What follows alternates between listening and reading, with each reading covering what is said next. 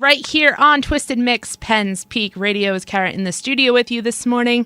And I have the absolute pleasure of chatting with someone who is an extraordinaire of his own kind. I am talking with Joel of Umphrey's McGee, the keyboard extraordinaire. How do you like that one, Joel? That works for me. Okay. You're the keyboard wizard, occasionally the keyboard king. Ooh, keyboard king. Yeah, as long as they're complimentary, they work for me. Nice. Well, we're so happy to be talking with you. You're going to be here this Sunday night. It's been about a year since the last time you guys were here, and I feel like we were wanting you guys back basically as soon as you left the stage of Penn's Peak. Penn's Peak is one of those really special venues where everybody who goes to a concert there isn't there by accident. Mm-hmm. You know, they've made some effort to get there, and I love playing there, and I also love just kind of seeing how excited the fans are about how beautiful the venue is. There really aren't many venues that are made like Penn's Peak, and that really just kind of I don't know. You kind of feel like you're performing in an artistic creation. It's a really, really beautiful spot. I love it. Yeah. And we love having you guys here. It's always a good time. I mean, 2016 was a big year for you guys. Heavy touring, as you always seem to be doing. But you also released your brand new album, Zonky, in November. And I think this is an album that everyone has been waiting for from you guys.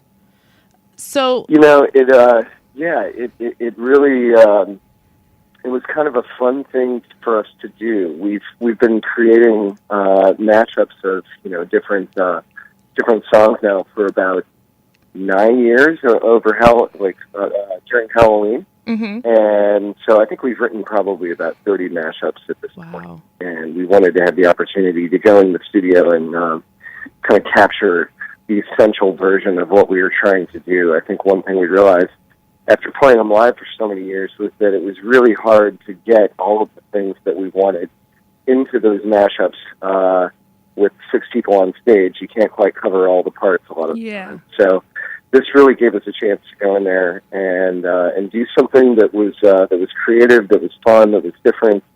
And we've definitely heard from a lot of people that, people who didn't really get Umphrey's before, or thought they needed to listen to something else for the band, that a lot of people are getting into this. So it's definitely something that's a little more accessible than a lot of things that we've put out. Yeah, it's kind of like a broader stroke that you can bring in an assortment of people. I mean, from popular songs to metal to 80s to reggae, like things you don't expect to work together, but they do, and they can bring everyone together with it.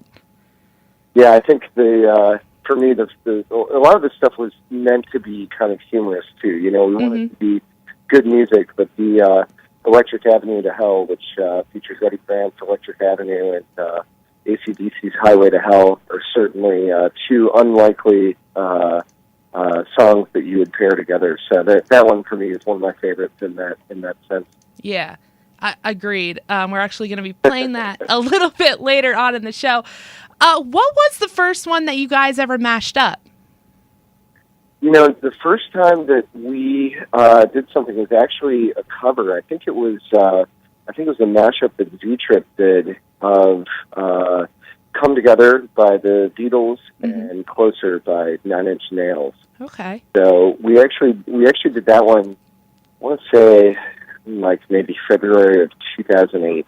Okay. And then that kind of planted the seed for us. We're like, oh man, we could just make these ourselves. We don't have to rely on somebody else providing material for us. So, I think that first year we did one of my favorites, which we actually didn't record, but it was Thriller and Another Brick in the Wall. And it's kind of crazy how those two songs go together, and two very unlikely partners. And then looking at the song structures, you're like, wow, these are like, they're in the same key, a lot of the same chords. Yeah. So pretty cool. Yeah, and I mean, I'm obsessed with this album. So I have to say, Come As Your Kids is probably one of my favorites. And you don't expect all of that to make sense, but it does. And like when you hear it live, I was obsessed with it, and now I get to play it whenever I want. So, and for fans at that point, they were like, okay, go to the concert, you get this experience, but now they can take it home with them as well. That's right. Yeah, that's Come As Your Kids is another one that, very, two very unlikely songs going together. I think one of the kind of more interesting things that we have to do with these two is you kind of have to unlearn how you expect a song to go. Mm-hmm. A lot of these songs are favorites, like "Come As You Are" by Nirvana. We all know, we know how that one goes, and can kind of sing it. So you kind of have to re-educate yourself about how to play this stuff, because you're like, it's a little bit counterintuitive. You have to go against what your brain is telling you to do. Yeah. Well, what was it about now that you wanted to put this album out and record all these? We've been doing the mashups for Halloween for about 9 years now. Mm-hmm. And so that was something that, we felt like we've got a great collection of stuff to choose from, and we really just wanted to have a document, something to put out. Our last album that we did, we recorded at Abbey Road over in London before this, so we put that out in 2015. So really, we just wanted to have something different that we could put out as a release in 2016, and kind of have something between albums of original material, something new that we'll probably be doing next year. We've already been in the studio working on quite a bit on some new original stuff that a few things that have been played live, and a bunch of things that we haven't played live yet. So you guys always working on the next project. You guys don't stop, man. How do you sleep? It's true. It's true. Oh, it's great being in a band with people that I'm great friends with, and I think that's one of the real reasons why we've been able to survive 19 years. Is that not only do we keep challenging each other musically, but we're there for each other as people, and that makes the experience on the road a lot more enjoyable. Mm-hmm. Yeah. And when you're doing the songs, I guess you would say, is it more fun for you to be in the studio and like really learning the song, articulating it, or on stage just going for it? Which was easier? Man, which one's easier? Which one do you enjoy more? It's such a hard question to answer, because they're really such different things. Yeah. Playing live in the moment, you're doing something and you can't take it back. You do it that one time, and that's it. It's out there. Mm-hmm. And in the studio, you go in and you say, yeah, that was pretty good. Let's try it again though. Let's do it again. Yeah. And so, I love first and foremost, I think we're really a live band, and we really thrive in that setting. And creating things in the moment is something that a lot of fans, I think, keep coming back to shows for. Mm-hmm. The improvisational stuff that we do, that really is typically the highlight for me on a live show. So I think I'd have to choose that. But I love being in the studio too. It's like two different sides of the coin, really, being able to create those two different ways. Yeah, that's awesome. Again, I'm chatting with Joel of Umphrey's McGee. They will be playing here this Sunday night, January 22nd. So, Joel, what can fans expect from your set this Sunday night? Well, we probably have about 190 different original tunes in rotation at this point. So, no shortage.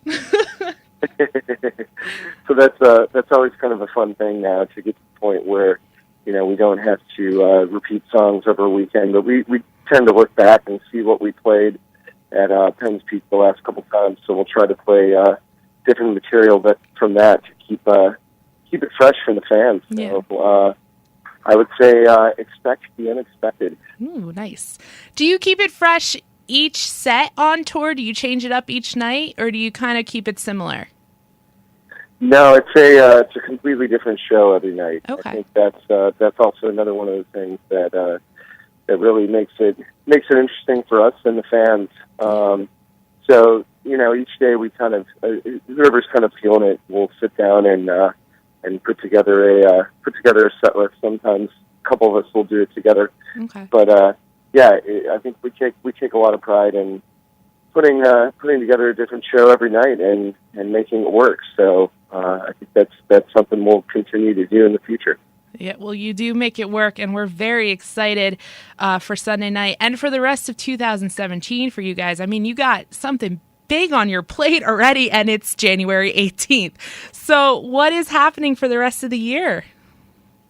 Well, we're probably going to play about 85 or 90 shows this year, which is still quite a bit, and playing some festivals as well. So we've already been announced at Bonnaroo, yes, and Lockin, which is not too far from Penn's Peak. Mm-hmm.